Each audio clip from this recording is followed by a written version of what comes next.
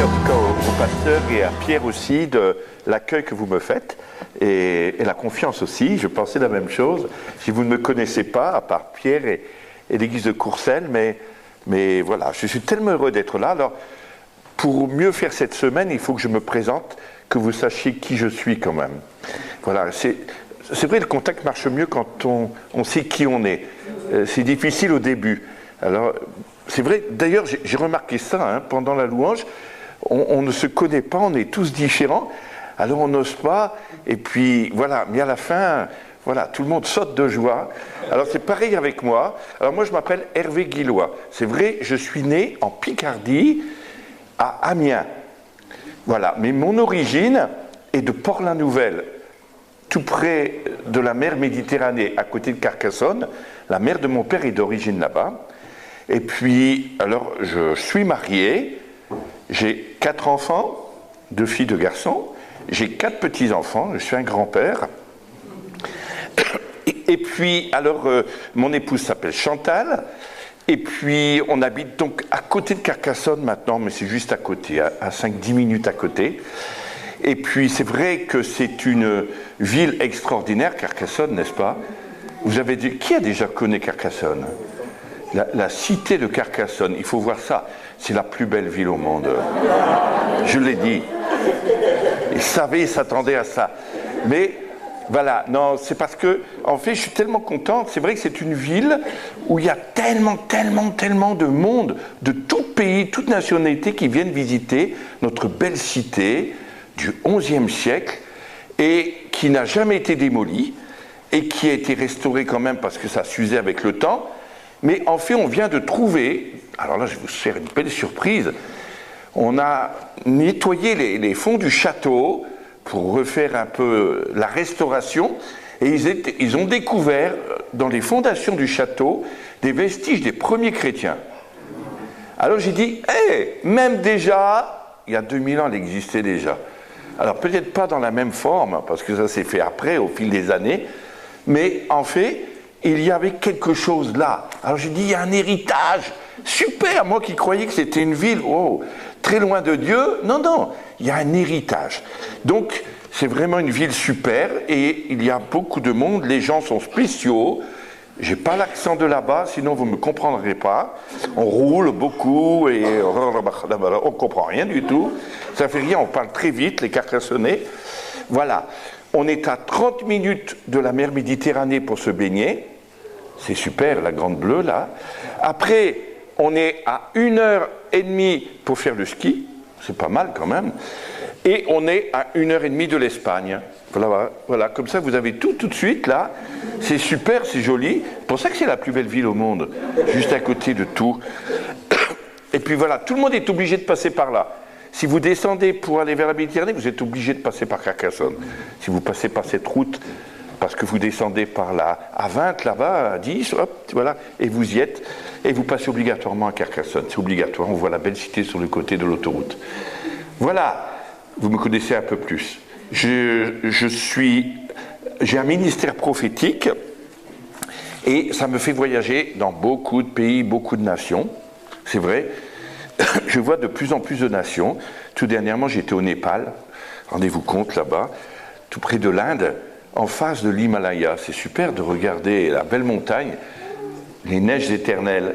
Et pourtant, là-bas, il faisait 30 degrés. Mais alors, une chaleur incroyable, mais humide. J'ai jamais vu autant d'humidité. Si les ventilateurs ne marchaient pas, on était noyé de la tête aux pieds. Même le pantalon était tout pourri quand ça tombait en panne.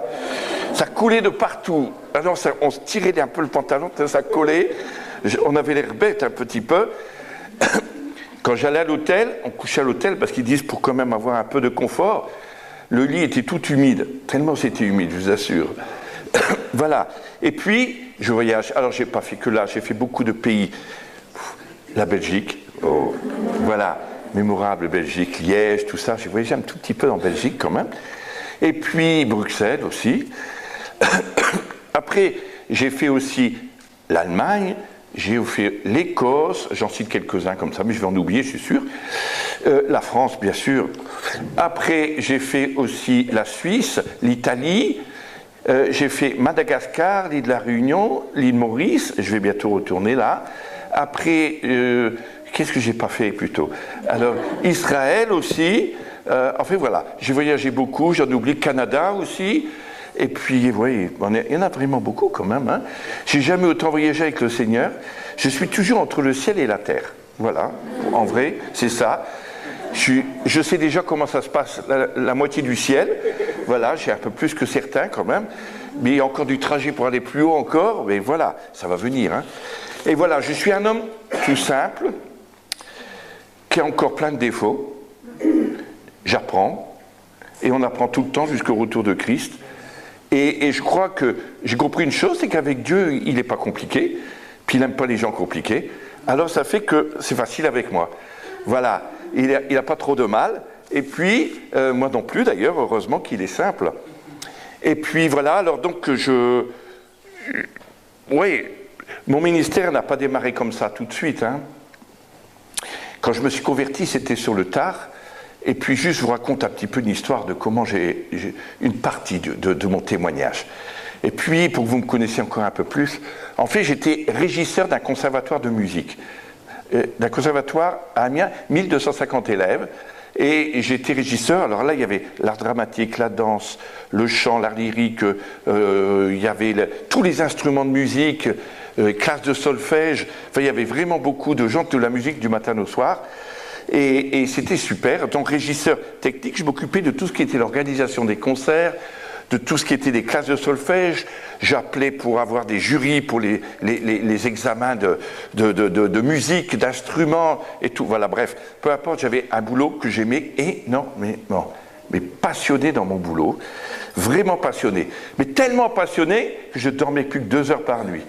Alors je ne faisais pas que le conservatoire. Je faisais aussi régisseur d'un orchestre symphonique. J'étais aussi avec l'harmonie municipale, je faisais de la radio, enfin j'en faisais beaucoup. 2 heures par nuit, c'est tout. Et puis j'avais aucun jour de repos, tout le temps. Puis vous savez, quand vous faites des choses, je ne sais pas si c'est pareil pour vous, et puis que vous êtes capable, on vous en confie toujours de plus. Et plus vous en faites, plus il faut encore en faire. Jusqu'au jour où j'ai pété les plombs. Ça peut, forcément, à force de ne pas dormir, et j'ai fait une dépression. Ça ne se voit pas trop là aujourd'hui. Hein. Non, Dieu m'a délivré. C'est super. Et en fait, j'ai rencontré Christ dans mon travail. C'est une élève de mon travail qui m'a parlé de Jésus. J'encourage des jeunes à parler à leur professeur. C'est super. Ça vaut le coup. Vous savez que Rénard Bonquet, c'est pareil. Il était professeur et c'est une élève qui lui a parlé de Jésus. Je dis voilà, je ne suis pas tout seul. Il y en a encore d'autres, il paraît. Et donc, voilà, l'élève m'a parlé de Jésus, c'est-à-dire que j'étais en pleine dépression, et quand vous êtes en dépression, moi c'était comme ça. On faisait ça sur la table, dans ma tête, ça faisait tout, terrible. Alors dans un endroit où il n'y a que de la musique, le bruit tout le temps, c'est pas possible, je ne supportais plus, et je suis tombé, retrouvé à l'hôpital, piqûre et tout le système, plus possibilité de travailler, tout est arrêté, et puis un musicien m'a pris chez lui comme ça, il m'a dit « Écoute, tu es vraiment en détresse, c'est pas possible, viens chez moi. » J'avais tout perdu, j'étais très très mal. Et puis, j'étais là à mijoter, et du fait que j'étais tout seul, chez moi, là, dans la maison chez le copain, mais il n'était pas là, lui, il voyageait, il était musicien, je commençais à repenser à tous mes problèmes. C'était terrible, et c'était pire que tout que de rester comme ça. Je ne peux pas, il faut que je retourne travailler, c'est pas possible, je pense tout le temps. Et puis, j'ai dit, il faut que je retourne. Et je suis retourné à mon travail, mais alors j'avais une tête. Alors on n'osait plus rien me confier, c'était terrible. Quand quelqu'un de dépressif, on ne veut plus rien lui donner, parce qu'il est incapable. Et j'avais tout qui pendait, les moustaches, tout pendait. Je pouvais demander à ma femme, elle vous le dirait. Et elle n'était pas encore ma femme à ce moment-là. Mais elle se rappelle de moi à cette époque. Et puis, donc, j'étais comme ça, et puis, j'arrive, et puis voilà qu'il y a quelqu'un qui me demande, un homme qui s'occupe, un éducateur IEM, Institut d'éducation motrice. Et il s'occupait d'enfants qui avaient des problèmes de santé. Il y en avait qui n'avaient pas d'os, ils étaient accrochés sur une planche. Il y en avait qui avaient tous des problèmes comme ça. Et l'éducateur me dit, écoute Hervé, il me connaissait, et je sais que tu as toujours des bonnes idées. Et il dit, voilà, je voudrais te proposer quelque chose. Essaie de me trouver quelque chose pour que les enfants puissent enfin écouter les maths, le français et tout. Et moi, je dis, ça y est, quelqu'un s'intéresse à moi de nouveau. Et alors là, j'ai cherché et j'ai dit, je deviens de nouveau capable pour quelque chose. Et puis, j'essaie de chercher. Alors, j'enregistre des sons, chants d'oiseaux, les sons aigus, les sons graves, de la musique comme ça. J'essaie d'enregistrer. Puis je dis, je vais aller leur diffuser. Puis j'ai commencé à aller une fois par semaine diffuser ces choses-là en IEM. Et puis, les enfants étaient de plus en plus passionnés. Puis l'éducateur, il me dit, écoute Hervé, c'est incroyable, depuis que tu viens, les enfants, eh bien, ils écoutent maintenant plus 5 minutes, mais une demi-heure, et de plus en plus, ils prennent du temps à écouter, ils sont attentifs. Alors on sait que la musique, c'est quand même quelque chose qui apporte, n'est-ce pas ? Et moi, j'avais trouvé le filon pour pouvoir leur changer leur esprit. Puis à un moment donné, les enfants, ils me disent, oh, on voudrait autre chose. Alors on voudrait pouvoir jouer de la musique. Alors je dis, waouh, je dis, ils ont envie de jouer de la musique. Je dis, mais moi, je ne sais jouer d'aucun instrument, sauf, vous savez quoi, la musique électroacoustique. Et ça, je faisais des recherches acoustiques pour écouter les sons. Avec la basse, comme ça, on arrivait à faire des sons que l'oreille n'entendait pas pour rediffuser après, pour la jouer avec l'instrument. C'est la folie, hein, c'était avant. C'était terrible, oui. Je crois que ça m'a fait aussi... J'étais parti dans un système... Une fois que je me suis converti, c'était fini, ça. Ouf, c'était bien. On arrivait à faire des choses extraordinaires. Bref, toujours est-il que voilà... Quand il me demande de jouer, j'ai dit, il faut que je demande à un professeur ou un élève qui vienne avec moi. Donc, tout le monde me connaissait très bien, Hervé, tout le monde savait qui il était. Donc, ils ne vont rien me refuser. Je demande au prof, personne n'est d'accord. Je demande aux élèves, aucun élève, vous vous rendez compte, sur le nombre d'élèves, ne voulait m'aider. Puis, un jour, je vois une jeune fille qui vient, que je connaissais, elle était médaille d'or de guitare, prix national de région de guitare, enfin elle avait déjà beaucoup de diplômes, mais elle faisait des cours d'analyse. Et puis, je la vois en riant. Alors je l'arrête, je dis, hé, je vais te raconter quelque chose. Je dis, je cherche quelqu'un pour venir porter de la musique à des enfants handicapés. Je ne savais pas qui elle était, cette fille. J'ai dit, est-ce que tu veux venir avec moi ? Et elle me répond, il faut que je demande à mon Seigneur. C'est son Seigneur. Je lui voilà au Moyen-Âge, qu'est-ce qui se passe ? Seigneur, imaginez, pour moi c'était... Alors je dis, elle se moque de moi. Alors je lui dis, écoute, c'est pas grave, je dis, va demander à ton Seigneur, quand il te donnera la réponse, tu verras me le dire. Voilà, et c'est tout. Et puis, ça passe 2 semaines. 2 semaines après, je la revois qui revient avec un grand sourire, elle avait toujours des sourires jusque-là. Et puis je lui dis, pour me moquer d'elle, rien d'autre, parce que j'y avais toujours personne. Et je lui dis, au fait, tu as demandé à ton Seigneur. Elle me regarde, oh oui, oui, il est d'accord. Oh, si son Seigneur, il est d'accord, pas de problème, moi j'avais trouvé quelqu'un pour m'aider. Et c'était super, prix national de région, médaille d'or. Ah. Alors j'étais venu déjà avec plein d'autres instruments pour que les enfants touchent, puis elle est venue avec sa guitare. Et on a commencé, et tout le long du trajet, il fallait traverser toute la ville, elle me parlait de Jésus. Tu sais, dans l'état où tu es, il n'y a que Jésus qui peut t'aider. Enfin, elle m'en a dit des choses, elle m'en a dit. Je ne peux plus réciter tout ce qu'elle m'a dit. Puis elle me dit, un jour, il faudrait que tu viennes à notre église, tu verras. Là, on parle de Jésus, tu verras. Vraiment, c'est celui qui peut changer ta vie. Je dis, oui, mais tu sais, j'ai pas le temps. J'ai beaucoup trop de travail. Parce que je commençais à reprendre de plus en plus de travail. Mais j'étais toujours dans un état terrible. Et puis, un jour, un dimanche, rien à faire. Rien. Dimanche après-midi, rien. Pas de concert, rien. Je dis, non, je ne peux pas rester tout seul. Oh, je dis, si j'allais à l'endroit où la fille, elle m'a dit, peut-être ça fera mon après-midi qui sera occupé, comme ça je ne penserai à rien du tout. J'assure, c'était vraiment avec cette idée-là. Et je vais dans l'endroit, et quand je rentre, oh, surprise! Il y avait plein de jeunes avec des instruments de musique. Je regarde, c'était tous des élèves du conservatoire. Je dis, ça alors, c'est l'annexe du conservatoire ici. Et puis, je m'assois et je dis, il ne faut pas qu'ils me voient, parce que s'ils me voient, de quoi je vais avoir l'air dans cet endroit. Et moi, j'étais comme ça, et je me suis mis, il y avait plein de chaises, et tout au bout, et puis, mais je ne pouvais pas mettre à la dernière chaise parce qu'il y avait quelqu'un. Mais après lui. Et puis, voilà, Je restais là et je bougeais pas et je fais. Et d'un seul coup, un élève qui dit « Oh, le régisseur du conservatoire oh !» Dévoilé, découvert. Et moi, dépressif, je commençais à transpirer de partout et à me cramponner. Je me suis dit, mais qu'est-ce que je fais là? Il faut que je parte. Je ne peux pas rester ici. Mais c'est impossible. Il y a eu tellement de gens qui sont venus ce jour-là et j'étais coincé et personne ne voulait bouger. Je dis, bon, ben, je vais rester, tant pis. Et puis, j'écoute le pasteur. C'était un gitan. Alors, vous savez comment il parle, les gitans. Très avec le cœur, et puis il n'ouvrait pas la Bible, mais il mettait sa main, puis il savait réciter la Bible comme ça. Alors il disait plein de choses, j'ai rien compris de ce qu'il a dit. Rien. Puis d'un seul coup, il dit, ah, mais s'il y en a qui veulent changer leur vie et qui pensent que Dieu peut changer quelque chose, se lèvent. Et moi, tout de suite, toc, je prends la chaise, je me tiens. Je ne me lèverai pas. Et d'un seul coup, je ne sais pas ce qui s'est passé, quelque chose m'a poussé, je me suis retrouvé debout. Je dis, ça y est, je suis debout, mais de quoi j'ai l'air? Et puis tous les gens à côté de moi, ils se lèvent. Je dis, bah ça alors, mais ma foi, je ne suis plus tout seul. Je dis, ça va? Et puis, j'ai dit, mais moi, je veux me rasseoir. Impossible, impossible. Je dis, mais comment ça se fait? Qu'est-ce qui se passe? Je dis, qui c'est qui me tient? Et personne. Je dis, et puis, d'un seul coup, il dit, ben voilà, ceux qui sont debout, venez devant, on va prier pour vous. Ah, je dis, non, non, non, non, non, non, non. Mais celui qui était à côté de moi, là, il dit, mais vous avancez, vous êtes debout. Mais je dis, je veux pas. Mais il dit, si, il faut. Et il m'a poussé pour aller devant. Il m'a vraiment poussé. Et je me suis retrouvé devant. Et puis arrivé devant, je dis, oh. Je dis, je sais pas qui tu es, mais je dis, moi en tout cas, j'en ai marre de ma vie. Elle est foutue. Tu as vu comment je suis? J'en ai marre. Je supporte plus qui je suis.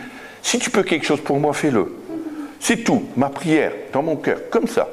Sans savoir qu'est-ce que j'avais fait là. Et à ces moments-là, je vous assure, il s'est passé un événement incroyable, rien du tout. Mais je suis reparti, mais il s'était passé quelque chose que je n'avais rien vu, en tout cas. Et quand je suis reparti, l'élève du conservateur qui était avec moi à la musique, court. Elle m'amène une Bible en vitesse, elle dit, tiens, prends ce livre-là, lis-le, ça te fera du bien, lis-le. Oui. J'avais qu'une envie, c'était de partir en courant. J'ai dit, oui, d'accord. Puis, je suis parti. Et puis, je vais dans ma chambre, je me rappellerai toute ma vie, ça. Je regarde le livre, et je commence à feuilleter. Puis je dis, mais ça parle de moi dans ce livre. Mais c'est incroyable. Et tout ce qui était important pour moi était en surimpression avec mes yeux, comme écrit en gras. Oh! Et là, à ces moments-là, je me rappelle, c'est là que je me suis converti. Ma vie, d'un seul coup, je dis, mais c'est vivant ce truc, mais c'est tellement vrai la parole. Mais quel livre! Et on avait l'impression que je comprenais tout ce qu'il y avait dedans. Et c'était que l'esprit, mais je ne savais pas que c'était l'esprit, moi. Je ne comprenais rien de ce qui se produisait. Mais j'étais bien, et j'éprouvais une paix en moi. Mais je dis, mais c'est super. Alors j'avais qu'une envie, c'était de le lire pour que la paix soit toujours dans mon cœur. Je dis, en le lisant, ça va, je vais être super bien. Et à chaque fois que je le lisais, c'était super bien. Puis, je ne sais pas pourquoi je vous raconte tout ça, ce n'était pas prévu au programme. Mais vous me connaîtrez mieux comme ça.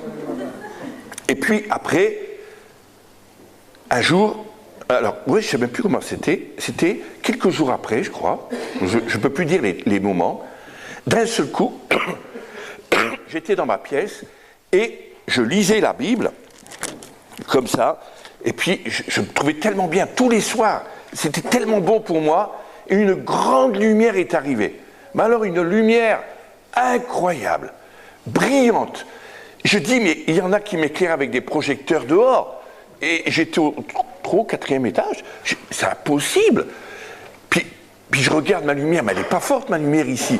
Mais qu'est-ce que c'est que cette lumière? Et puis la lumière était si forte, et d'un seul coup, je me suis mis à parler dans des langues bizarres, et je parlais dans des langues bizarres que je ne comprenais pas. Et je dis, ça y est, je deviens fou, j'ai perdu la tête. Et je voulais retenir tout ça, puis je dis, mais c'est pas grave. Si c'est de Dieu, je vais lire le livre, et si c'est pas de Dieu, ça va s'arrêter tout de suite. Mais j'avais une telle confiance, alors je commence à lire le livre, et ça continue à parler. Mais je dis, ça c'est incroyable. Et je pouvais le lire avec ma tête, et de ma bouche, il sortait les mots en langue. J'ai dit, ça c'est incroyable. Et je pouvais penser, et j'ai compris après que quand on parle en langue, notre intelligence reste stérile, C'est-à-dire qu'on peut penser à plein de choses, notre tête, elle peut lire quelque chose, et vous pouvez parler en langue, puisque ça vient de Dieu, ça se fait naturellement. Donc, j'ai compris, mais à ce moment-là, je n'avais rien compris, mais je parle en langue, et j'étais bien, mais alors tellement bien, vraiment dans le ciel, mais vraiment. Et Jésus était là à côté de moi, et puis il s'occupait de moi, et ça durait toute la nuit. J'ai jamais arrêté de parler en langue de toute la nuit. J'avais mal à la mâchoire le matin. C'était incroyable. J'avais jamais parlé toute la nuit. C'est incroyable. En dormant même. Je suis sûr, personne ne pouvait dire que je disais en dormant. Il n'y avait pas de témoin, mais toute la nuit. Puis la nuit, d'un seul coup, le lendemain, c'est 6 heures du matin. Moi, je commençais très tôt le matin. Hein, et 6 heures du matin, je commençais tôt, je finissais tard. Je commençais très tôt. Et puis, il y avait une réunion à 6 heures du matin. Moi, je commençais à 7 heures. Je dis, ça vaut pas le coup d'y aller quand c'était comme. Puis là, je dis, oh, il faut que j'aille leur raconter ce que j'ai vécu la nuit. Parce que peut-être ils vont m'expliquer qu'est-ce que c'est. Parce qu'on ne m'avait jamais rien expliqué à moi. Je venais de connaître Dieu. Alors, je m'en vais à la réunion de prière. Je rentre dans la salle, puis je veux leur dire, ils me disent, arrête, on sait, tu es rempli de l'esprit. Je dis, ah bon, rempli de l'esprit, qu'est-ce que c'est ça? Je ne savais pas. Vous voyez, rien. Mais Dieu, il l'a fait quand même. Et j'étais tellement rempli. Mais quand je suis arrivé dans la pièce, je vous assure, vous avez déjà été à des réunions de prière le matin à 6 heures? Oh là là là là, c'est lourd. C'était une église de Pentecôte, mais tout le monde avait la tête basse. Et puis on entendait longtemps avant de prier. Oh là là là là. Et moi j'arrive, et puis je commence à dire ça, et je prie en langue. Écoutez, je vous assure, ça se communique, l'onction de l'esprit. Et là, tous ont été renouvelés dans le Saint-Esprit. Ils se sont mis à parler en langue, et je voyais que j'étais plus tout seul cette fois-là. Et ils étaient renouvelés tous dans l'esprit. Écoutez, la prière, elle n'a jamais été aussi... J'ai jamais vu une prière aussi forte. On aurait dit qu'on atteignait toutes les cibles. Ça allait, et on priait. Puis après, je dis, oh, il est 7 heures, vite, il faut y aller. Et je les ai laissés, ils ont continué. Et moi, je suis parti à mon travail. Quand j'arrive à mon travail, je voulais embrasser tout le monde. Tout le monde. Chef d'orchestre, je l'embrasse, il fait ça. Tout le monde, je voyais plus de péché nulle part. Tout le monde était parfait. Mes yeux voyaient les gens parfaits. Mais il n'y avait plus rien en moi qui voyait les choses mal. Je dis, mais qu'est-ce qui m'arrive? Et j'aimais les gens. Mais alors je les aimais tellement. Je voulais tous les embrasser, tous les serrer dans mes bras. Puis il y en a qui me voient, il dit, oh là là, j'allais tous les matins au café pour boire mon café, mon petit déjeuner. Il dit, je crois qu'on ne pourra plus sortir avec Hervé. Parce que vous savez, dans la musique, après les concerts du soir, eh bien, on faisait la Java jusqu'à je ne sais pas quelle heure. En plus, voilà, l'orchestre symphonique, les professionnels, c'est comme ça, avec aussi les grands musiciens. Hein. C'est incroyable, c'est un monde spécial quand même. Hein. Bon, on faisait un avec les régisseurs, on était tous pareils. Je faisais partie de la même chose. Et là, quand il y en a qui m'ont vu, ils m'ont dit, oh, c'est fini avec Hervé. J'avais rien témoigné, rien dit. Et j'avais un sourire jusque-là, alors qu'avant j'étais l'homme le plus triste au monde, j'assure. Et là, une joie et un amour en moi pour les autres, comme jamais. Ça, c'est la vie de Dieu. C'est le secret de Dieu, la puissance que Dieu met en nous. Cette puissance, c'est pas juste un chamallow. Non, chamallow, c'est le parler en langue. Chamallow, non, je me moque un peu. Mais exprès, j'aime rire, hein. Jésus, il aime rire, il l'a dit, hein. C'est qui il l'a dit? Mais c'est vrai, il aime rire. On fait des fous rires. Attendez, juste l'autre jour, il n'y a pas longtemps, j'étais dans le Jura, il faisait froid, j'ai attrapé la crève là-bas. Et 3 degrés, c'est fou, hein, il y avait de la neige déjà. Et puis, en fait, d'un seul coup, le Saint-Esprit m'a visité en pleine réunion, les gens, ils n'étaient pas très... Et alors, je me suis mis à rire, mais éclaté de rire. Mais alors, je ne pouvais plus m'arrêter. J'ai une onction de Dieu sur moi. Il aime rire, hein. Et on fait des parties de plaisir, de chatouille avec Jésus. Je suis en train de faire partir des esprits religieux. Non. Tant pis, vous allez me connaître, après vous me mettrez dehors. Mais Jésus, il est tout simple, tout simple. Alors, voilà, l'esprit. On va regarder juste dans la parole de Dieu, Éphésiens 5, 18. Je vais redevenir un peu sérieux quand même. Mais je raconterai encore d'autres histoires. J'aime, quand je parle aussi, je vais essayer de parler sur beaucoup de choses, de la vie de l'esprit, de collaborer avec le Saint-Esprit, mais en même temps, j'aurai des témoignages de ce que je vis, et je vous en raconterai en même temps. D'accord? Ça vous va? Et puis, si on peut aussi le mettre en application, tous ensemble. On va essayer aussi, si on peut y arriver. Ça serait super. Ça fait comme une école. C'est super. Hein. Mais on va regarder Éphésiens 5, versets 15 à 21. Et on va commencer par ça. Éphésiens 5, versets 15 à 21. Prenez donc garde afin de conduire avec circonspection, non comme des insensés, mais comme des sages. Oh là là. Rachetez le temps, car les jours sont mauvais. C'est pourquoi ne soyez pas inconsidérés, mais comprenez quelle est la volonté du Seigneur. Ne vous enivrez pas de vin, c'est de la débauche. Soyez, au contraire, remplis de l'esprit. Entretenez-vous par des psaumes, par des hymnes, par des cantiques spirituels, chantant et célébrant de tout votre cœur les louanges du Seigneur. Rendez continuellement grâce à Dieu le Père pour toutes choses au nom de notre Seigneur Jésus-Christ, vous soumettant les uns aux autres dans la crainte de Christ. Mais j'aime le verset 18. Soyez remplis de l'Esprit. Et ça, pour moi, c'est quelque chose de puissant. Je ne crois pas que ça peut être possible un chrétien qui n'est pas rempli de l'Esprit. Alors, je vais vous poser des questions.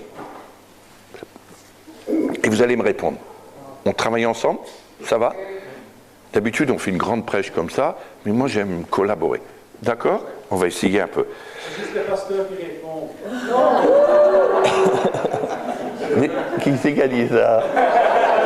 Il s'est caché tout au bout aussi, il ne fait pas voir sa tête. Il s'appelle Michel Poulet.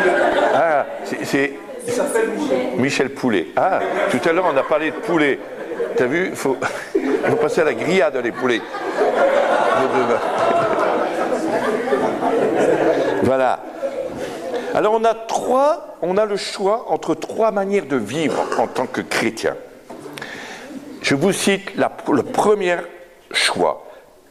C'est de faire notre volonté par notre force. Comment vous pouvez appeler cela? Faire notre volonté par notre force. Comment vous pouvez appeler cela? Qui peut me répondre? Question pour un champion. Il y en a qui le regardent. C'est bien. Ma grand-mère aussi. Ma belle-mère. Ma belle-mère, pas ma grand-mère, ma belle-mère. Alors, faire notre volonté par notre force. Puissance de la chair. Puissance de la chair. Dites, il faut que chacun s'exprime. C'est bien. Hein? Le péché.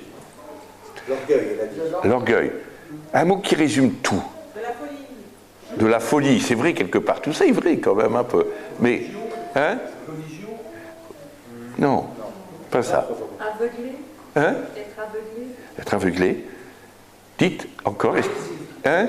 Nos désirs. Nos désirs. Vous savez pas. Vous donnez votre langue au chat? Miaou. C'est de l'humanisme. L'humanisme, on a beaucoup, c'est faire notre volonté par notre force. L'homme, le moi. Beaucoup, même les chrétiens vivent comme ça. Hein. Terrible. Hein. Trois façons de vivre. La deuxième, comme ça vous comprenez le sens que je vais vous dire. Faire notre volonté par la puissance de Christ. Comment on peut appeler ça? Faire notre volonté, hein? Comment? Détournement. Faire notre volonté par la puissance de Christ. Dites. J'écoute plusieurs, comme ça, je vous dirai quand ça sera le mot que je voulais. Faire notre volonté par la puissance de Christ. Est-ce que vous croyez que c'est juste, ça? Non. Alors, comment on peut appeler ça? Hein? La manipulation. Manipulation, quelque part. Oui, aussi. Et? Égoïsme. Égoïsme. Manipulation, oui, mais c'est pas le mot. Mais c'est ça. Oui.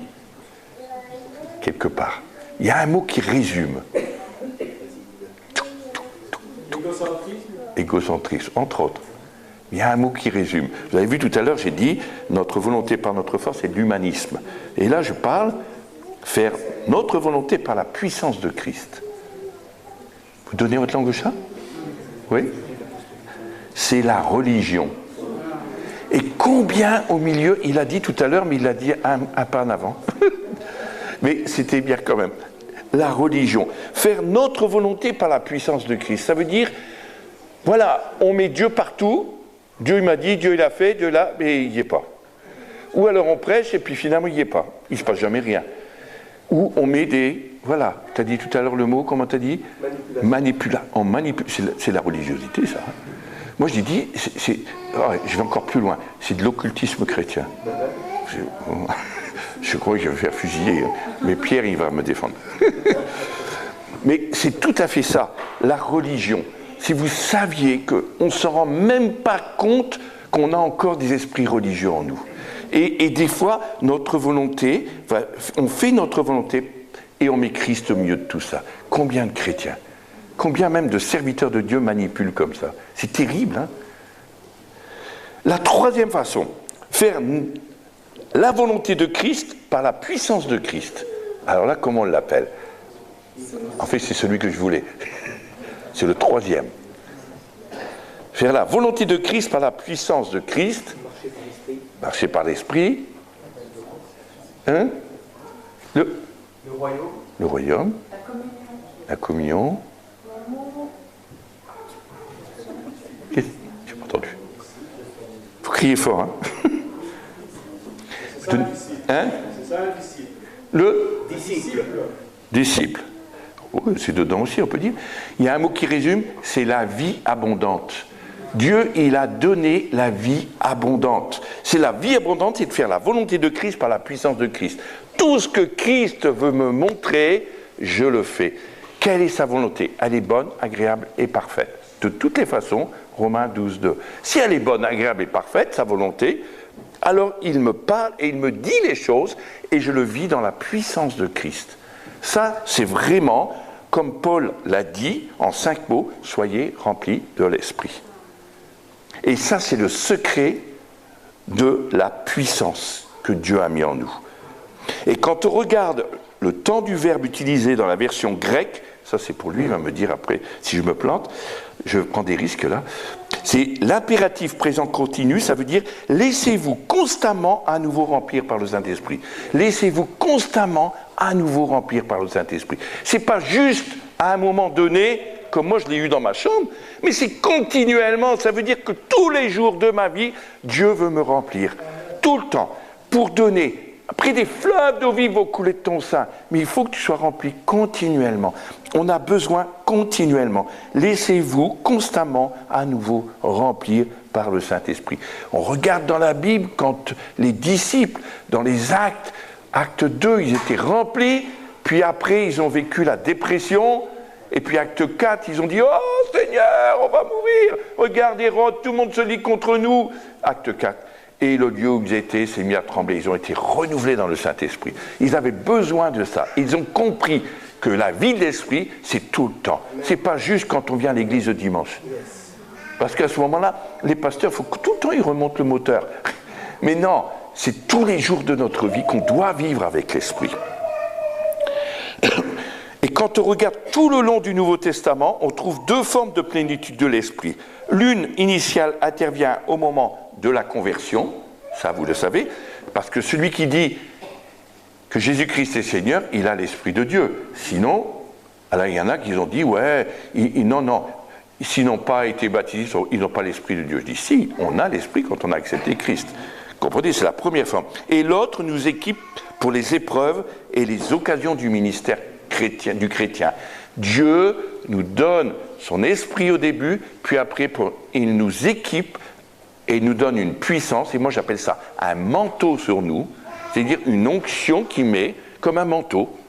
Moi j'aime mieux l'expliquer comme ça. Et puis quand on est revêtu de cette puissance, alors on peut manifester les dons et la vie de l'esprit. Et je crois que c'est important.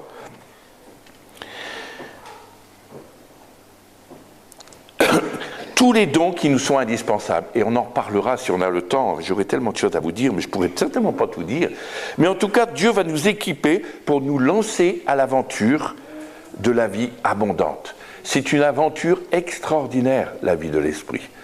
Moi je dis, c'est dans le quotidien, dans les petites choses comme dans les grandes choses de notre vie. Et notre vie est faite de petites choses et de grandes choses. Souvent, on pense que c'est juste pour aussi le dimanche avoir sa prophétie. Non, même tous les jours, quand vous allez dans la rue, Dieu peut vous utiliser pour faire aussi manifester le royaume de Dieu. Et ça, on a besoin de ça. On a besoin de le vivre.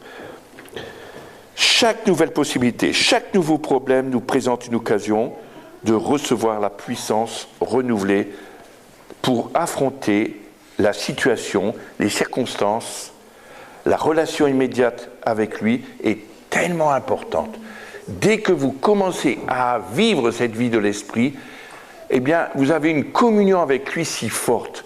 Souvent, on dit « Oh, mais c'est le téléphone rouge en direct avec le Seigneur. » On est comme le président, il a son téléphone particulier là, avec son capitaine qui le suit de tout partout.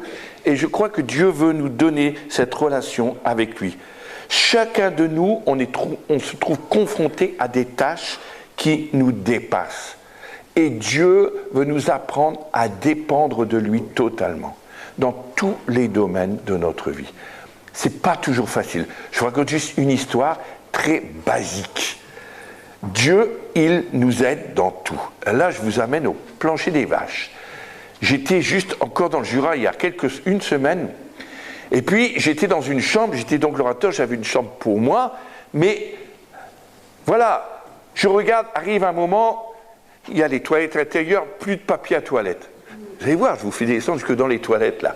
Et puis, je dis, mais comment je vais faire? À peine je sors de ma chambre, il fallait aller aux réunions. Mais à qui je vais demander ça? Je ne sais pas comment je vais pouvoir faire. Puis j'ai dit, Seigneur, écoute, il faut que tu fasses quelque chose. Il faut que j'ai du papier à toilette. C'est tout ce que j'ai dit au Seigneur. Je dis, mais Hervé, t'es gonflé quand même. Je dis, oui, il s'intéresse à tout de moi. Et d'un seul coup, je sors la poignée qui bouge. Je dis, qu'est-ce que c'est que ça? Quelqu'un est passé, je ne sais pas qui, je ne l'ai jamais vu, il m'a mis un papier à toilette là. Personne ne pouvait m'entendre, c'est impossible. J'ai dit, mais alors Seigneur, un aller-retour. Oh Seigneur, si tu savais comme ça me soulage. Il a tout prévu. Moi je crois, je veux démystifier un petit peu la vie de l'esprit. Je crois qu'on met toujours toutes ces choses sur un niveau trop... Alors vous allez dire, Hervé, t'es pas sérieux. Seigneur, quand même. Ouais, sois plus pieux quand même. Mais, des fois, on est tellement pieux qu'on ferait des piquets de clôture avec nous, pour les vaches. Et je crois que Dieu veut nous faire tomber, démystifier cette vie. Vous savez, les disciples n'étaient pas plus...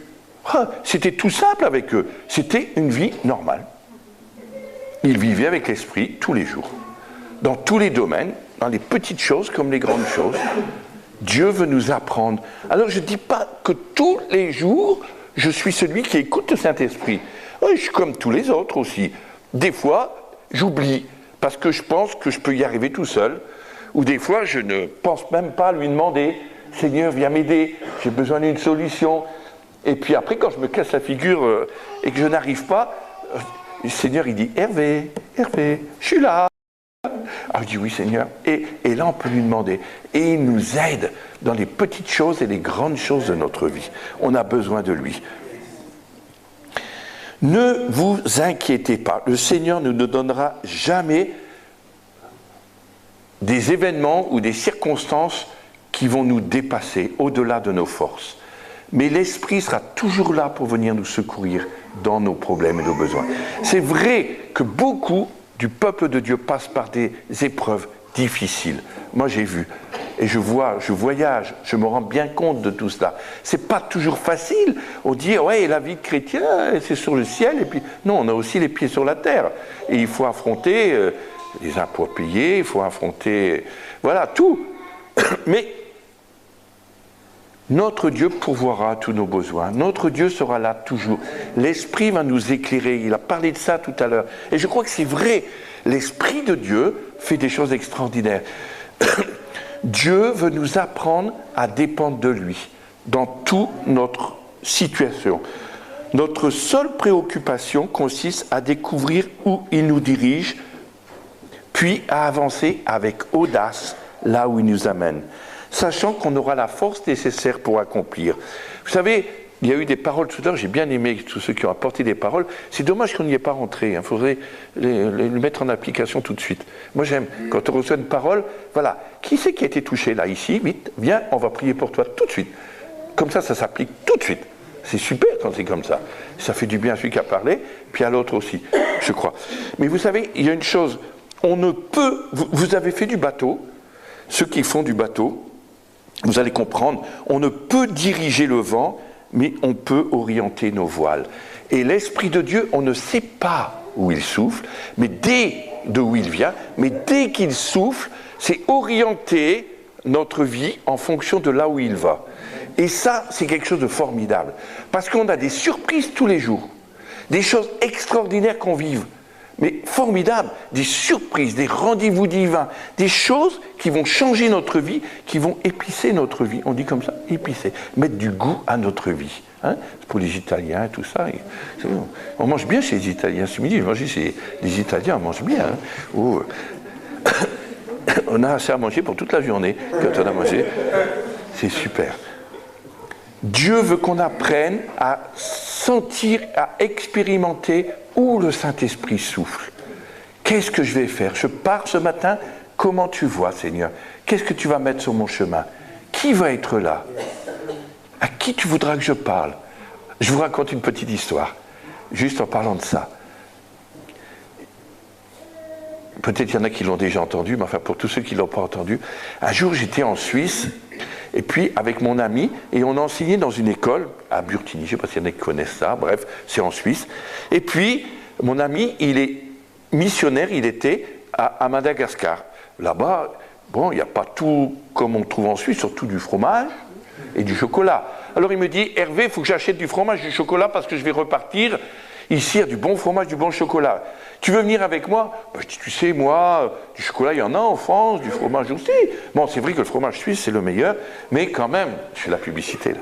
C'est vrai, le gruyère suisse. C'est pas l'emmental français, hein, le gruyère suisse. Le gruyère français, il a plein de trous, l'emmental.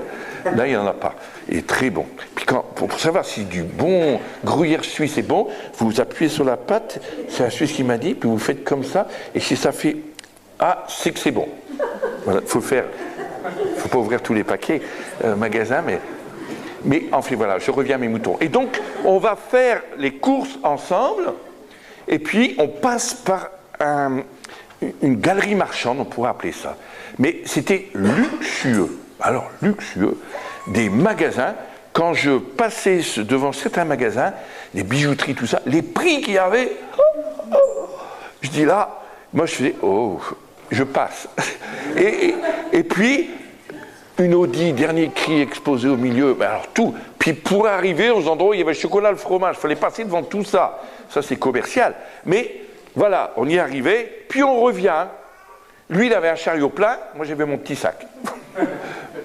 Et puis, d'un seul coup, Dieu il me dit, je veux que tu parles à cette femme. J'ai dit, Jésus, t'as pas vu cette femme?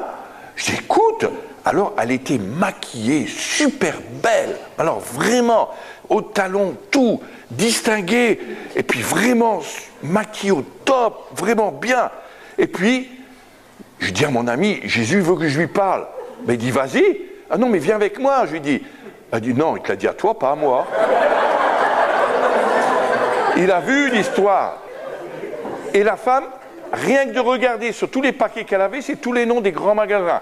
Oh, je dis, elle a dû acheter les choses les plus chères au monde. Je dis, oh là là là là. Et je dis, mais Seigneur, si je vais la voir, elle va m'envoyer promener ou elle va me foutre une baffe. Qu'est-ce qui va se passer devant tout le monde? La honte. Et le Seigneur, il me dit, Hervé, je veux que tu obéis à moi ou à ta pensée? Je dis, à toi, Seigneur. Ta volonté est bonne, agréable et parfaite.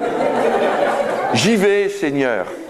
Et mon ami est resté là pour garder le paquet, et puis le chariot, puis moi j'y vais. Et j'arrive devant la femme, et là je la regarde, elle dit, oui, monsieur. Oh là là, ça ne m'arrangeait pas beaucoup comme elle me parlait. Et puis elle me dit, je lui dis, voilà madame, et je commence à lui parler, je ne savais rien avant de lui dire. Je lui dis, voilà, vous êtes la plus malheureuse au monde, votre mari vous trompe, et vous ne savez vraiment pas, et vous êtes tellement malheureuse. Écoutez, vous dites ça devant un magasin, devant tout le monde, la femme qui commence à pleurer. Elle pleure, tout le maquillage qui coule. Ça faisait noir tout le long. Je regarde tout autour, je dis, qu'est-ce qu'ils vont croire? Que je lui ai dit un mot méchant? Je lui ai même pas dit un mot méchant. Et en fait, c'était juste son problème. Son mari, il avait tout l'or du monde, l'homme le plus riche certainement. Elle pouvait tout se payer, mais elle était la plus malheureuse au monde. Malheureuse en amour, elle était tellement malheureuse. Et juste Dieu savait qu'il fallait qu'on la voie. C'était l'heure. Elle était prête. Dieu avait entendu son cœur pleurer. Peu importe ce qu'elle était, de tout ce que vous voulez, ou tout ce que vous voulez, mais Dieu a décidé. Arriver à écouter la voix de Dieu au moment où il le veut. Et puis, après cela, j'étais gêné. Mon ami me regarde, il fait au loin, et je dis, je vais prier pour vous, madame. Et elle pleurait tellement, elle n'a pas su tellement me dire grand-chose. Je prie pour elle, et là, l'Esprit descend sur elle. Et elle dit, oh, ça me fait du bien. Alors je dis, oui, c'est sûr. Vous savez, il y a des chrétiens pas très loin d'ici. Si vous voulez, je vais vous donner l'adresse et vous allez aller les voir. Je ne savais plus quoi faire avec elle. et alors, je l'ai dirigée vers les chrétiens. Mais vous voyez juste ce que Dieu a fait au moment où il fallait. Rendez-vous compte, vous vous promenez partout et peut-être que vous loupez des occasions extraordinaires.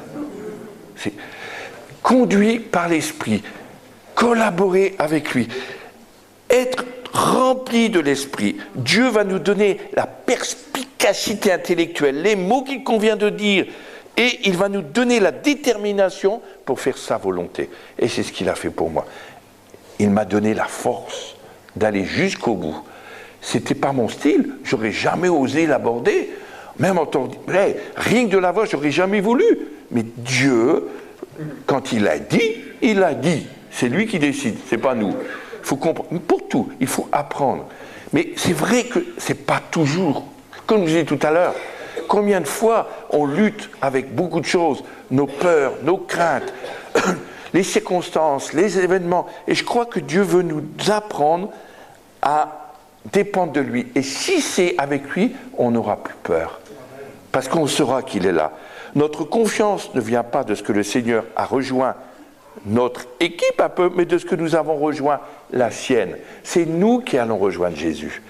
Travailler avec lui, marcher avec lui, être partout avec lui. Combien d'événements j'ai pu vivre comme ça. Oh, une autre histoire, tout dernière là, hein, encore, parce que je ne sais pas quelle heure il est. Oh non, ça va, c'est bon. Il faut me dire, hein. Moi je peux parler toute la nuit, hein. Je vais m'écrouler, mais je pourrais quand même. Et j'étais là-bas au Népal, et je vais vous raconter une petite histoire, impressionnante avec Dieu aussi. Donc j'enseignais, alors il y avait moi qui enseignais sur la vie de l'esprit, il y avait mon ami, le même que j'avais été quand j'ai parlé à la dame qui tenait le chariot, et comme ça s'il prend là-bas à l'ordi, quand il va écouter, il va dire t'as osé. Voilà, et en fait on était avec lui, puis il y avait 2 autres femmes, alors on était 4, il y avait une américaine et une indienne. Une américaine parlait le népalais couramment, elle habitait au Népal. Et puis, moi et mon ami. Et moi, j'avais un interprète particulier, parce que là-bas, ils comprennent l'anglais et le népalais. Donc, moi, je ne comprends pas du tout l'anglais. J'étais le seul qui ne parlait pas l'anglais. Alors, il me fallait mon interprète particulier qui me suive de partout. Il était vachement gentil, très bien. Un ancien steward, à la retraite, il est super. Et puis, il était avec moi. Alors, il me traduisait du français à l'anglais, et puis les autres traduisaient de l'anglais en népalais. Et des fois, j'oubliais le népalais qui allait parler. C'est terrible, ça. Hein. Oh là là, déjà, c'est dur, mais 2, waouh. Une fois, en Afrique, j'en ai eu 4. 4 comme ça. Il fallait parler les dialectes. Oh là là. Alors, il fallait compter du temps hein, pour faire une prédication. Sinon, ça durait jusqu'à demain matin. Hein. Et oui, je reviens à mon histoire, et je ne l'oublie pas. Hein. Mais alors, j'étais là-bas au Népal, et puis là, ça il va rigoler, j'étais au Népal, et puis, vous savez, c'était un mercredi, et ce mercredi-là, c'était la fête d'une grande déesse, d'une puissance. Vous savez que là-bas, il y a plus de 6000 dieux. Bon, voilà, nous, on en a déjà un, et on a du mal à le retrouver, mais eux, 6000, et c'est... Je ne sais pas comment ils font. Enfin, bref. Et puis, c'était une fête. Et puis, ils mettaient, vous savez, de la truc rouge ou jaune ou vert selon les situations. Et voilà. Et puis, ce jour-là, c'est férié. C'est-à-dire que là, personne ne travaille ce jour-là. Il n'y avait que nous qui enseignions parce que, voilà, on n'était pas. Et puis, avec les Népalais qui étaient là. Et puis, parce que c'était des chrétiens. En fait, ils étaient venus, on les enseignait pour ouvrir des nouvelles églises. En fait, ils étaient cinquantaine, et le but, c'est qu'ils ouvrent des églises. C'est-à-dire que dans l'année, ils vont faire chacun 2, 3, 4 ou 5 églises. Ça va grandir sur le Népal. En Inde, ça va à une vitesse. Notre enseignement, il est percutant. Non, si. Et ça marche. C'est vrai. Et donc, on les enseignait pour ça. Et puis voilà, ce jour-là, je reviens à la fête. Et puis, c'était à moi de parler le matin. Alors, c'est chacun son tour. Et là, c'était moi. Et c'était justement ce jour-là. C'était terrible parce que dehors, on entendait des chants, on entendait beaucoup de choses parce qu'il n'y a pas de fenêtre. Vous savez, il fait tellement chaud, c'est ouvert. Donc, on entend tout. Et puis, il y a eu un chant, et je ne sais pas ce qui m'a pris. J'étais agressé en moi, mais alors d'une colère, et ce n'est pas ma nature. Et j'étais de plus en plus. Je dis, Seigneur, pardon, c'est pas normal que je sois comme ça, qu'est-ce qui m'arrive? Je dis, j'étais en colère. Je dis, mais je ne vais pas pouvoir, je vais parler tout à l'heure. Pourquoi je suis en colère? Mais il y a agressé en moi. Puis d'un seul coup, je me lève et je commence à prendre autorité sur cette puissance. Au nom de Jésus, je t'ordonne d'arrêter maintenant. Tout le monde me regarde et d'un seul coup, pan, un grand coup de foudre. La foudre qui a claqué à ce moment-là, plus un chant, plus rien. La fête était terminée pour tout le monde. J'espère que la personne n'est pas morte, mais alors, non, le Seigneur n'aurait pas fait ça. Et n'empêche, tout est arrêté, on a été tranquille. Mais après, vous auriez vu tous les gens qui étaient là pour l'enseignement, ils tremblaient. Mais en fait, ils avaient peur. Et après, ils m'ont dit, si Dieu fait ça avec un Français, en parlant français, nous, on peut aussi le faire alors. J'avais raison, c'est un Français. Bon, oui, ils sortent des bonnes choses, les Français, quand même. Hein, un petit peu, quand même. À part la grève. Mais on fait pas mal de choses. Et donc, c'est vrai, alors je parlais sur le Saint-Esprit, alors eux connaissaient le Saint-Esprit, parce qu'ils l'ont étudié, mais ils ne l'ont jamais exercé, ils ne savaient même pas comment c'était. En fait, ils l'ont lu, puis ça s'est passé comme ça. Et puis là, quand ils ont vu ça, ils disent, nous, on en veut. Alors c'était formidable. Après, j'ai pu prier pour le Saint-Esprit. Alors là, c'était super. Ça parlait de partout. L'onction est descendue. Puis après, des délivrances, je ne vous dis pas, oh là là là là, les démons sortaient de partout. C'est incroyable. Ça crachait de partout, c'est incroyable. Voilà, la puissance de Dieu était là. Quand la puissance de Dieu est là, il y a des choses qui se produisent. Sinon, ça ne vaut pas le coup. Hein, autant, voilà, aller manger au restaurant. Voilà, en tout cas. Non, mais je veux dire par là, la vie de l'esprit. Voilà, apprendre à se laisser conduire par le Saint-Esprit, se laisser guider. Chercher là où il souffle et comment il va te guider. Moi, je n'avais rien prévu de cette colère. Mais alors, loin de là, j'étais plutôt en train de regarder si mes notes étaient bonnes encore, pendant qu'ils étaient encore en train de discuter. Je dis, oh là là là là. Mais après cette histoire, oui, j'ai pas tout dit. Après cette histoire, alors, c'était la pause du midi. Alors, on midi jusqu'à 3h, et puis, enfin, 1h à 3h, c'était plutôt, on a fini à 1h, voilà. Et puis, après, moi, je reviens avant les autres, puis d'un seul coup, je vois des gens qui étaient là, qui venaient de l'extérieur. Et je dis, pourquoi ils viennent tous ces gens? Puis, ils étaient pour prier avec eux, et puis ils montraient moi. Et ils voulaient que ce soit moi qui prie pour eux. Mais je dis, mais comment ils peuvent faire ça? Ils ne me connaissent même pas. Ils ne savent pas qui je... Je dis, non, non, non, non, c'est eux. Je n'avais pas à faire le travail, il fallait qu'ils apprennent aussi. Et donc, je les ai laissés faire. Mais malgré qu'ils ne m'avaient pas vu, vous voyez comment c'est. Même les puissances savent très bien qui est là et qui habite avec vous. Ils le savent et ils sentent. Et pour eux, c'était vers là, alors qu'ils ne m'avaient pas vu, parce qu'on était au 2e étage. C'était impossible de voir de dehors. Impossible. Mais pourtant, ces gens, ils montraient. C'est donc qu'ils savaient, quand cet homme qui avait cette légion de démons, quand Jésus est arrivé, eh bien, il s'est mis à genoux, il dit, voilà, et il a reconnu, les esprits savaient, oui, que c'était vraiment le Fils de Dieu, que la puissance qui était en lui était plus grande que ce qu'il y avait. Et pitié, et je crois que Dieu veut que l'esprit qui est en nous puisse vraiment transpirer de nous, agir au travers de nous, se manifester partout où vous allez aller. Ça, je crois que normalement, c'est la vie du chrétien normale. Hein. C'est pas un extra, hein. C'est normal. Et je crois que nous, peut-être qu'on est trop à avoir des extras spéciaux. Tiens, aujourd'hui, il a eu un parlant en langue à l'église. Super. Puis il y a eu interprétation. Puis c'est fini. Non, mais c'est pas que ça. Hein. C'est tellement de choses.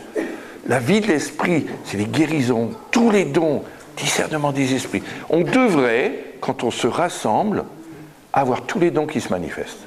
Ça devrait être que normal. C'est-à-dire que peut-être il y en a un qui aura une parole de consolation pour quelqu'un, un autre va avoir une prophétie, un autre une parole de connaissance, un autre va prier pour quelqu'un, il va être guéri, les guérisons et tout. Et tout, voilà, ça devrait. Et ça, c'est dans les plans de Dieu. Et on en reparlera quand on parlera de la collaboration avec le Saint-Esprit. Dieu veut nous utiliser. Il veut qu'on soit remplis de l'Esprit. Voilà. C'est bon aussi de boire du vin, mais rempli de l'esprit, si je disais le contraire dans mon pays, ils diront, Hervé, c'était plus au doigt là. Non, mais en fait, Dieu veut qu'on soit rempli de l'esprit. Parce que c'est ce qui est tellement important. Oui, moi je dis, je voudrais voir beaucoup de gens comme Pierre dans la Bible. Les gens couraient pour mettre les malades, pour peut-être que si l'ombre de Pierre passait, elle guérirait les malades. Vous savez que j'ai vu un homme au Sénégal, il y a beaucoup de gens qui marchent handicapés, plus de jambes, plus de tout ça, puis ils sont sur des trucs à roulettes, là, et puis ils mendient. Et cet homme, un Africain, était tellement rempli de l'esprit. Les gens, quand ils touchaient, ils ne faisaient pas exprès, hein, ils touchaient son pied, ils se relevaient, ils étaient guéris. Direct, tout, comme ça. T'en as eu plein comme ça. Incroyable. C'est pas pour autant qu'ils se sont donnés à Jésus. Ça veut rien dire, ça. Mais Dieu a manifesté sa puissance. Et je crois que Dieu veut qu'on manifeste. Aujourd'hui, c'est comme si c'était une option. Et je crois que non, ça doit accompagner notre vie. Tant que c'est formidable, à part, je vous l'ai dit, je me suis converti avec Dieu, moi je l'aime beaucoup. C'est précieux. Même des fois, je suis plus souvent avec ça maintenant que les choses de l'esprit. Ça vient dans le courant. Mais avant, je priais longtemps et tout, mais maintenant, je lis plus. Il y a des saisons. Hein. Ça ne veut pas dire que je ne prie pas et que je ne passe pas du temps avec Dieu, mais je crois qu'il y a des saisons. Mais je crois que Dieu veut nous apprendre à non pas seulement la lettre, mais la vie de la parole. C'est la parole vivante. Et si elle est vivante, il y a le souffle de l'esprit dedans, et cette vie de l'esprit doit se communiquer, et nous devons la vivre. Et je crois que ça, c'est important pour nous. Parce que Dieu veut nous faire lever. Dieu ne veut plus une église, pardon pour les mots, médiocre, mais une église pleine de la plénitude de l'esprit. Quand on saura, on reconnaîtra. Vous savez, aujourd'hui, on se plaint, en tout cas en France, qu'il y a beaucoup de musulmans. Moi, je les aime beaucoup, les Arabes, les musulmans. Oh là là, moi, je les aime. Mais on se plaint, on dit, le monde musulman gagne. Puis le monde chrétien diminue. Mais je dis, mais écoute, si tu te levais, que tu faisais un peu ce que Dieu te demande, ça serait l'inverse. Et je crois, regardez, Jésus a dit, on ferait des choses encore plus grandes que lui. Ça veut dire que tous ensemble, si on commence chacun à faire ce que Dieu nous dit dans une journée, avec le nombre de personnes qu'on est là, vous allez, toute la région va être balayée par la vie de l'esprit. C'est vrai ou pas? Je crois que Dieu veut nous apprendre à vivre cette vie. Il veut nous faire dépendre de lui. Qu'on ne croit pas que c'est une option, mais c'est une réalité pour nous dans notre quotidien. Ça doit être ça pour nous. Et ça, je voudrais cette semaine qu'on puisse arriver à parler de beaucoup de domaines comme ça et peut-être des exercices si on peut. Bon, on est du monde, mais on peut peut-être faire, on verra bien, en collectivité, on va voir. On va essayer de voir comment on peut adapter. Il y a des gens super qui sont très organisateurs ici, qui vont m'aider. Mais je pense que toute cette semaine, je voudrais qu'on parle comment on va faire pour collaborer, dans quel domaine. Et on va essayer de parler de plusieurs domaines. La prière, l'évangélisation, les dons. Essayer de voir discernement des esprits. Ça, c'est aussi un truc qui manque à l'Église. Rendez-vous compte le temps que l'on perd des fois avec des personnes qui n'avancent pas parce qu'il y a juste un esprit qui est là puis on ne l'a pas discerné. Et quand on le discerne, j'étais juste là ce week-end à Valbonne. J'étais parti sud-est de la France, à côté de Cannes, Nice, là-bas. Là, je suis remonté au nord. Je suis revenu dimanche, je suis reparti lundi pour vous. Mais j'étais là. Il y avait une femme, hindoue, justement, oui, une indienne. Elle était là. Et puis, dans le lot, et puis les gens, j'avais dit, bon, s'il y a des gens qui sont touchés, il y a des gens qui vont prier pour vous. Alors, une équipe, comme là, il y a des équipes. Et puis, ils sont allés, puis la femme, elle bougeait, mais ils n'arrivaient pas à faire partir l'esprit. Ils prenaient autorité, ça bougeait, mais il n'y a rien qui partait. Puis, moi, je les ai laissés faire, je dis, je vais voir.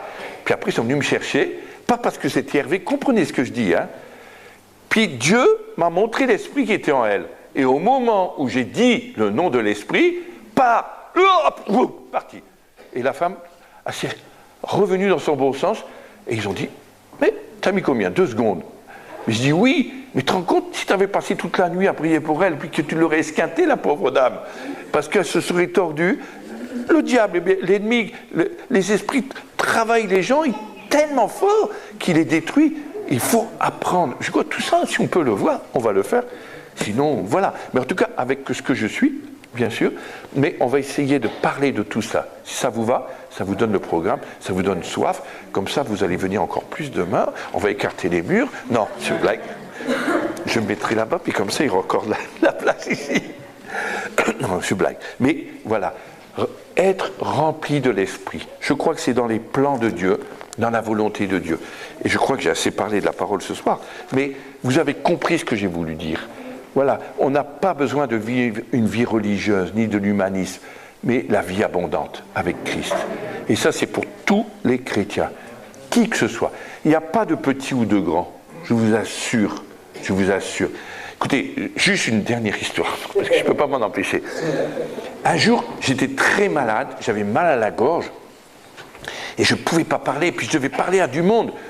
Je dis, Seigneur, c'est pas possible. Au nom de Jésus, mal de gorge, tu t'en vas, au nom de Jésus. Ah, rien ne partait. Oh là là, j'ai dit, comment je vais faire? Puis je le disais avec ma voix cassée, bien sûr. Et puis d'un seul coup, Dieu me dit, demande à ton fils. Il est tout jeune. Je dis, Seigneur, quand même, demande à ton fils. Étienne, tu veux... Et quand il regarde beaucoup Internet, il est informatique, peut-être il va l'écouter. Je dis, tu peux prier pour papa? Oh non, pas toi, papa, quand même. Il est surpris que moi, je lui demande une chose pareille. Je dis, si, c'est Dieu qui me l'a dit. Je crois qu'il me priait. Quelle humilité, il faut avoir, hein, on a l'air bête. Mais il dit, je ne sais pas. Demande à Jésus. Il met sa main. Jésus, papa, il est malade, guéris-le. Instantanément, j'ai été guéri. Instantanément. Plus rien. Et Dieu, il m'a dit, tu vois, c'est pas un grade. Il n'a pas théologie plus 4 ou 5, mais juste, il a obéi à ce que tu lui as dit, et il l'a fait, et j'ai répondu. Et je crois que c'est pas plus compliqué que ça. Et je crois que c'est vrai. Il faut vraiment redevenir simple. Voilà. Il faut revivre les actes des apôtres. Et je crois que les temps dans lesquels nous sommes, je vous assure, Dieu nous ramène à la parole, aux actes. Vivre ce que les actes nous ont dit. Vivre ce que la parole nous a dit de vivre. Tout simplement dans notre quotidien, dans l'église, mais aussi dans le quotidien, partout. Ton travail. Et si tu es au gouvernement, à Bruxelles, au Parlement là-bas, à Bruxelles, j'ai des gens là-bas que j'ai parlé, ils vont parler à tous ces gens importants, c'est super. Hein. Dieu leur donne des paroles, et c'est super. Il faut vraiment aller jusqu'au bout, être tout simplement à écouter Dieu. Je ne dis pas qu'on aura réussi de 100%, mais au fur et à mesure qu'on apprend, eh bien, on a beaucoup plus de réussite. Si on n'essaye pas, hein, c'est comme on dit tout à l'heure en voiture, si on ne met pas le pied dans le Jourdain, il ne va jamais s'écarter. Voilà. Il faut faire un acte de foi. La foi, c'est mettre le pied sur la première marche. C'est Martin Luther King qui a dit ça, c'est pas moi. Mettre le pied sur la première marche sans connaître le reste de l'escalier. Ça veut dire que, voilà, avoir confiance en Dieu. Moi, quand Dieu me donne des paroles, je ne sais rien. Et j'ouvre la bouche, c'est tout. Et Dieu fait. Juste à demander le nom d'une personne, puis ça coule. Et je me réfléchis même pas. Je dis, je n'ai aucun mérite. Alors aucun. C'est vraiment Dieu qui le fait. C'est un don de Dieu, c'est vrai, mais c'est lui qui le donne. Et je lui obéis, mais je pourrais le garder pour moi. Puis c'est tout, puis je ne jamais le vivre. Rendez-vous compte combien de chrétiens ont retenu, ou peut-être ils ont été empêchés, ça arrive aussi, mais oser simplement faire et manifester le royaume de Dieu. Qu'il avance de plus en plus, reprendre du terrain. Mais rassurez-vous, le royaume de Dieu avance bien dans le monde. J'ai jamais vu autant de conversions dans les pays arabes. Jamais vu de choses. J'ai parlé à des émirs, des fils de chèques. J'ai déjà parlé, priez pour eux. Mais ça, ils acceptent. Les musulmans, ils sont tellement contents quand on prie pour eux. Ils ont tellement besoin d'amour. Moi, j'aime tellement prier avec eux. C'est extraordinaire. Je ne sais pas, j'ai le contact et ça marche. Parce que Dieu le veut. Et Dieu les aime. Et il y a un héritage pour Ismaël. C'est vrai dans la Bible. Il l'a dit. Et Dieu veut les bénir. Et moi, je les aime beaucoup. Les Français ont peur. Moi, je les aime beaucoup. Ils ont juste besoin d'amour. Voilà. J'arrête de parler. Je vais donner des paroles. De Dieu. Plus moi qui parle, mais lui qui parle. Avec moi, quand même. Voilà.